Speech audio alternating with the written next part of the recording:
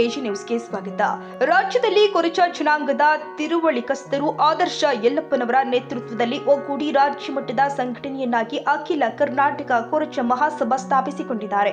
ತಮ್ಮ ಸಮುದಾಯದ ಸಮಸ್ಯೆ ಸಂಕಷ್ಟಗಳು ಹಾಗೂ ಹಕ್ಕುಗಳ ಫಲಾನುಭವಕ್ಕಾಗಿ ದನಿ ಎತ್ತಲು ರಾಜ್ಯ ಮಟ್ಟದಲ್ಲಿ ಈ ಸಂಘಟನೆಯನ್ನು ಅಸ್ತಿತ್ವಕ್ಕೆ ತರಲಾಗಿದೆ.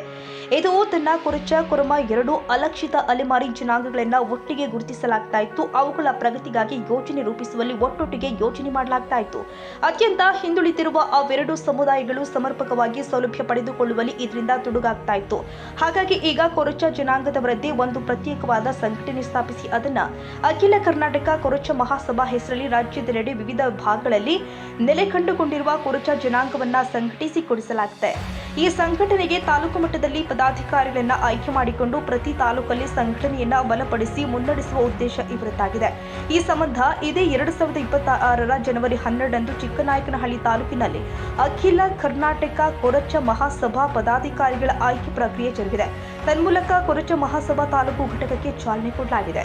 ಯಾರು ಬಲಾಢ್ಯವಾಗಿರ್ತಾನೆ ಕಿತ್ಕೊಂತ ಇರ್ತಾನೆ ಅಲ್ವಾ, ಅದು ಎಲ್ಲರಿಗೂ ಸಮಪಾಲು ಸಮಬಾಳು, ಸರ್ವರಿಗೂ ಸಮಪಾಲು. ಸಂವಿಧಾನದ ಮೂಲಾಶಯ, ಅಂಬೇಡ್ಕರ್ ಮೂಲಾಶಯ ಸರ್ವರಿಗೂ ಸಮಬಾಳು, ಸರ್ವರಿಗೂ ಸಮಪಾಲು ಆಗಬೇಕು. ನಿಮ್ಮ ಜನಸಂಖ್ಯೆಗೆ ಅನುಗುಣವಾಗಿ ನಿಮಗೆ ಸರ್ಕಾರದ ಸವಲತ್ತುಗಳು ಸಿಗ್ಬೇಕು. ಆ ಸವಲತ್ತುಗಳು ಕೊಡಬೇಕು ಅಂದ್ರೆ ನೀವು ಸಂಘಟನೆಯಲ್ಲಿ ಇರಬೇಕು. ನೀವು ಸಂಘಟನೆ ಮಾಡ್ಕೊಂಡ್ರೆ ಮಾತ್ರ ನಿಮಗೆ ಸವಲತ್ತು ಸಿಗ್ತದೆ. ಇಲ್ಲದೆ ಹೋದ್ರೆ ನಿಮ್ಗೆ ಯಾವುದೇ ರೀತಿಯ ಸವಲತ್ತುಗಳು ಯಾರೂ ಕೂಡ ಗೆದ್ಮೇಲೆ ಯಾವುದೇ ರಾಜಕಾರಣಿ ಎಷ್ಟೇ ಒಳ್ಳೆಯಿರ್ಬೋದು, ನಿಮಗೆ ಮನೆ ಕೊಡ್ತೀನಿ ಬರ್ರಿ ಅಂತಲೂ ಕರೆಯಲ್ಲ, ನಿಮಗೆ ಭೂಮಿ ಕೊಡ್ತೀನಿ ಅಂತಲೂ ಕರೆಯಲ್ಲ. ನೀವು ಕೇಳಿದ್ರೆ ಮಾತ್ರ. ಈ ಮಕ್ಕಳು ಹೇಳ್ತಾರಲ್ಲ, ತಾಯಿ ಇವತ್ತು ಯಾವ ಸ್ಥಿತಿ ಬಂದೋಳೆ ಅಂದರೆ ಆ ಹತ್ರ ಮಾತ್ರ ಹಾಳಾಕೋದು ಅಂತ ಸ್ಥಿತಿಲಿ ಇದ್ದೀವಿ ನಾವು. ಅದರಿಂದ ನೀವೆಲ್ಲರೂ ಕೂಡ ಒಗ್ಗಟ್ಟಾಗಿ ಹೋರಾಟಗಳನ್ನು ಮಾಡಿ ಮತ್ತೆ ನಿಮ್ಗೆ ಏನು ಸರ್ಕಾರದಿಂದ ಸವಲತ್ತು ಬರುತ್ತೆ ಅನ್ನೋದು ಸಂಘದ ಮುಖಾಂತರ ತಿಳ್ಕೊಂಡು, ಸಂಘನೂ ಅಷ್ಟೇ ಈ ನಿಮ್ಮಗಳನ್ನ ಒಂದು ಸಭೆ ಮಾಡಿ ಮುಕ್ತಾಯ ಆಗಬಾರ್ದು. ನಿಮ್ಮ ಹಕ್ಕುಗಳಿಗೆ ಏನಿದೆ, ನಿಮ್ಮ ರೈಟ್ಸ್ ಏನಿದೆ, ನಿಮಗೆ ಯಾವ್ಯಾವ ರೀತಿಯ ಸವಲತ್ತುಗಳು ಸರ್ಕಾರದಲ್ಲಿದೆ ಅದನ್ನು ಮನೆ ಬಾಗಿಲಿಗೆ ತಲುಪಿಸ್ತಕ್ಕಂಥ ಕೆಲಸವನ್ನು ಈ ಸಂಘಟನೆ ಮಾಡಬೇಕು. ಮತ್ತು ಹೋರಾಟಗಳನ್ನು ರೂಪಿಸ್ಬೇಕು. ರಾಜ್ಯ ಮಟ್ಟದಲ್ಲಿ, ಜಿಲ್ಲಾ ಮಟ್ಟದಲ್ಲಿ, ರಾಷ್ಟ್ರ ಮಟ್ಟದಲ್ಲಿ ಹೋರಾಟ ಅಂತ ಸಂದರ್ಭದಲ್ಲಿ ಹೋಗಬೇಕಾಗುತ್ತೆ. ಯಾವ್ಯಾವಕ್ಕೂ ಹೋಗ್ತೀವಿ ನಾವು, ಯಾರೋ ಕರೆದ್ರು ಅಂತ ಹೋಗ್ತೀವಿ. ಆದರೆ ನಮ್ಮ ಹಕ್ಕುಗಳಿಗೋಸ್ಕರ ನಾವು ಒಂದು ದಿವಸ ಕೆಲಸ ಬಿಟ್ಟರೆ ಏನು ಆಗಲ್ಲ. ಅದರಿಂದ ಇದನ್ನೆಲ್ಲ ಪಡಬೇಕು. ಅದು ಆ ಕನಸು ಇವತ್ತು ಈಡೇರುತ್ತೆ ಅನ್ಕೊಂಡಿದ್ದೀನಿ ನಾನು. ಯಾಕಪ್ಪ ಅಂತಂದ್ರೆ ಇವತ್ತು ಕೊರಚ ಅಂಡ್ ಕೊರಮ ಎರಡು ಒಂದೇ ಕಮ್ಯುನಿಟಿ ಇಟ್ಕೊಂಡು ಈ ತಾಲೂಕಲ್ಲಿ ಹೋರಾಟ ಮಾಡ್ತಿದ್ರು. ಆದ್ರೆ ಬೆನಿಫಿಟ್ಸ್ ಸಿಗ್ತಿದ್ದು ಕೊರಚ ಸಮುದಾಯದಲ್ಲಿ ಯಾವುದೇ ಒಂದು ಬೆನಿಫಿಟ್ಸ್ ಸಿಗ್ತಾ ಇರಲಿಲ್ಲ. ಯಾಕೆ ಸಿಗ್ತಾ ಇರಲಿಲ್ಲ ಅಂತಂದ್ರೆ ಸಂಘಟನೆಯಲ್ಲಿ ಕುಂಠಿತವಾಗಿತ್ತು. ಇವತ್ತು ತಾಲೂಕ ಸಂಘಟನೆ ಕುಂಠಿತ ಆಗಿರೋದ್ರಿಂದ ಯಾರಿಗೂ ಸವಲತ್ತು ಕೊಡ್ಸೋಕೆ ಯಾರಿಗೂ ವಿದ್ಯಾವಂತರಲ್ಲ. ಆದ್ರಿಂದ ಸವಲತ್ತನ್ನು ಪಡ್ಕೊಳ್ಳೋದಕ್ಕೆ ಯಾರಿಗೂ ಸಹ ಗೊತ್ತಿರಲಿಲ್ಲ. ನಮ್ಮ ತಾಲೂಕಲ್ಲಿ ಹೆಚ್ಚಿನದಾಗಿ ಓಡಾಡ್ತಿದ್ದಾರೆ ಅಂದ್ರೆ ನಮ್ಮ ಸಂಘಟನೆಯಲ್ಲಿ ಇಟ್ಕೊಂಡು ನಮ್ಮ ಮಂಜಣ್ಣವರು ಬಹಳಷ್ಟು ಓಡಾಡ್ತಿದ್ರು. ಇವತ್ತು ಏನಾರ ಆಗಲಿ ತಾಲೂಕಲ್ಲಿ ನಮ್ಮ ಕೊರಚ ಸಂಘಟನೆ ಕಟ್ಟಬೇಕು ಅಂತೇಳಿ ಇವತ್ತು ಕಟ್ಟಿ ಈ ತಾಲೂಕಲ್ಲಿ ಅಧ್ಯಕ್ಷರಾಗ್ತಿದ್ದಾರೆ. ಬಹಳ ಸಂತೋಷ ಅಂತ ನಾನು ಹೇಳ್ಬೋದು.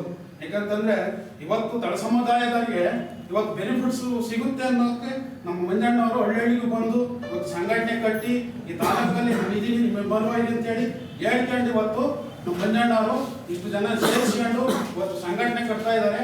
ಆ ಸಂಘಟನೆ ಕುಂಠಿತವಾಗದಂಗೆ ದಲಿತ ಸಂಘರ್ಷ ಸಮಿತಿ ನಿಮ್ಮ ಜೊತೆ ಕೈಗೂಡಿಸಿ ಎಂದು ಹೋರಾಟವಾಗಿರುತ್ತೆ. ಎಂದೂ ನೀವು ಕೈ ಬಿಡಬೇಡ್ರಿ, ಸಂಘಟನೆ ಮುನ್ನಡೆಸಿಂತ ಹೋಗ್ರಿ ಅಂತೇಳಿ ಹೇಳಕ್ಕೆ ತಮ್ಮ ಮಾತನ್ನು ಅವಕಾಶ ಕೊಟ್ಟಂತ ಮೊದಲಿಗೆ ನಮ್ಮ ಗೆಳೆಯನ ಪರಿಶ್ರಮದ ಕೊರಚ ಸಂಘದ ತಾಲೂಕು ಅಧ್ಯಕ್ಷ ಮಾಡಿರೋದಕ್ಕೆ ಎಲ್ಲರಿಗೂ ನಾವು ಸಂಘದ ಧನ್ಯವಾದಗಳನ್ನು ಹೇಳ್ತಾ, DSS ಗೆಳೆಯ ಪಾಪ ನಾನು ಕರ್ಕೊಂಡೋಗಿ ಅವರು ಗುರುತಿಸಿ ಹೋರಾಟಗಳನ್ನು ಗುರುತಿಸಿ ಅವನ್ನ ತಾಲೂಕು ಅಧ್ಯಕ್ಷ ಮಾಡಿದ್ದಾರೆ.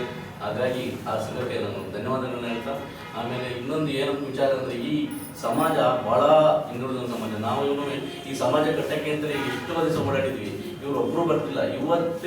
ಇವತ್ತೇ ಬದಲು ನೋಡಿದ್ದು ಕೊರಚ ಸಮುದಾಯದವರು ಇವತ್ತು ವೇದಿಕೆ ಬಂದಿರೋದು ಇದೇ ಮೊದಲು ನೋಡಿದ್ದು ನಾನು. ಹೀಗಾಗಿ ಮುಂದಿನ ದಿನಗಳಲ್ಲಿ ಕರ್ನಾಟಕ ದಲಿತ ಸಂಘ ಸಮಿತಿ ನಿಮ್ಮ ಪರವಾಗಿ ಇರುತ್ತೆ. ಮುಂದಿನ ದಿನಗಳಲ್ಲಿ ಹೋರಾಟ ಕೂಡ ಮಾಡೋಣ. ಯಾವಾಗಲೂ ದಲಿತ ಸಂಘ ಸಮಿತಿ ನಿಮ್ಮ ಪರವಾಗಿ ಇರುತ್ತೆ. ಯಾಕೆಂದ್ರೆ ತುಳಿದವ್ರ ಪರವಾಗಿ, ಹಿಂದುಳಿದವ್ರ ಪರವಾಗಿ, ಅಲ್ಪಸಂಖ್ಯಾತರ ಪರವಾಗಿ ಯಾವತ್ತು ದಲಿತ ಸಂಘ ಸಮಿತಿ ಕೆಲಸ ಮಾಡಿರೋದು. ಇನ್ನು ಮುಂದಕ್ಕೂ ನಿಮ್ಮ ಪರವಾಗಿರುತ್ತೆ, ಕೆಲಸ ಮಾಡುತ್ತೆ ಅಂತ ಹೇಳ್ತಾ ನನ್ನ ಮಾತನ್ನು ಮುಗಿಸ್ತೀನಿ. HS Zafrulla, Chiknayakanahalli, AG news. ಕನ್ನಡಿಗರ ಮೆಚ್ಚಿನ ನಿಮ್ಮ ಎಜೆ 24/7 ನ್ಯೂಸ್ ಕನ್ನಡ ವಾಹಿನಿ ಇದೀಗ ಟಿವಿಯಲ್ಲಿ ಲಭ್ಯ. ವೇಳೆ ನೋಟಿಸ್ ಕೊಟ್ಟಿದ್ರೆ ವಾಪಸ್ ತಗೋತೀವಿ. ಇವತ್ತು ವಕ್ಫ್ ಪ್ರಾಪರ್ಟಿ ಅಂತೇಳಿ ಬರ್ತದೆ ಅಂತ ಹೇಳಿದ್ರೆ ರೈತರು ಬೀದಿಗೆ ಬದಲು ಏನು ಮಾಡಬೇಕಾಗತ್ತೆ? ಯಾರು ವೋಟ್ ಹಾಕಲಿಲ್ಲ ಅಂದ್ರೆ ಗ್ಯಾರಂಟಿನೆಲ್ಲ ಸ್ಟಾಪ್ ಮಾಡ್ಬಿಡ್ತೀವಿ.